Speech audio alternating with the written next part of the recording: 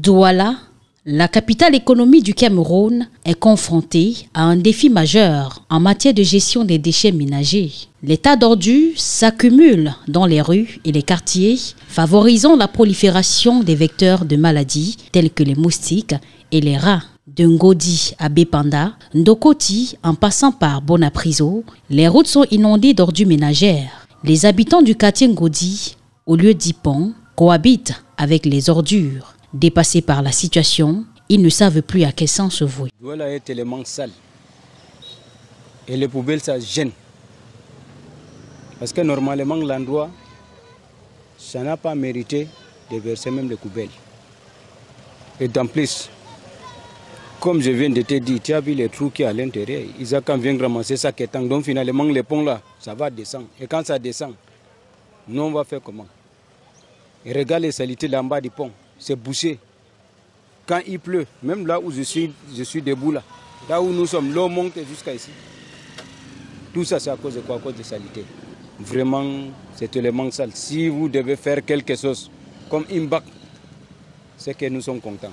Les carnivaux obstrués par les déchets augmentent le risque d'inondation en cette saison de pluie, avec des conséquences sur la santé des populations. Par rapport à la saleté, là, il faut qu'on ramasse ça chaque jour parce que quand on verse, ça fait 2 ou 3 jours, là, ça nous gêne. Ça étouffe. Ça peut étouffer les enfants. Voici la maison, nous sommes à côté de la poubelle là. Oui. Et le pont aussi là, comme ça s'affaiblit déjà, là, ça va se casser. Donc, oui. Ça me dérange beaucoup. Pour Didier Yimkwa, environnementaliste, cette situation est due au boom démographique. La première raison, c'est d'abord le boom démographique.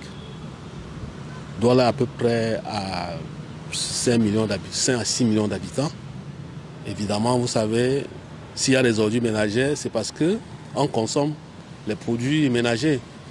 Il y a deuxième chose, le service préposé pour le traitement de ces ordures ménagères est inefficace.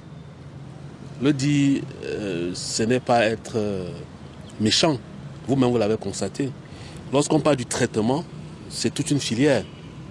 Il y a le tri qui devait se passer au niveau des ménages, au niveau de la production de ces ordures ménagères. Il y a la pré-collecte, parce que nous sommes à Douala, qui relève de la compétence des communes d'arrondissement. Il y a la collecte qui relève de la compétence de la communauté urbaine.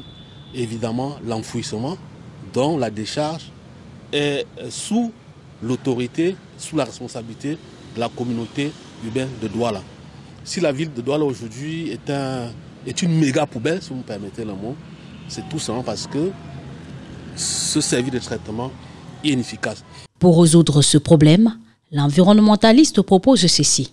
Le traitement en vigueur, qui est opérationnel actuellement dans la ville de Douala, est dépassé. Parce qu'il y a des variantes qu'il faut prendre en compte. J'ai parlé de la croissance démographique, j'ai parlé de l'étalement de l'environnement urbain, parce que le transport, quand vous voyez les camions de transport, ça coûte très très cher. Vous prenez les déchets par exemple à Bonasama, pour aller déposer à Pekadou, vous voyez la distance, ça coûte trop cher. Moi je pense, on peut appliquer la loi, la règle de 80-30. C'est-à-dire, on réduit l'importation de 80% ou 70%. Et 30%, on injecte dans la production de l'engrais. C'est ça l'impostitution. C'est-à-dire, nous produisons chez nous ce que nous pouvons utiliser. Ça peut se faire. La gestion des déchets ménagers dans la ville de Douala est un défi majeur qui nécessite des solutions durables et concertées.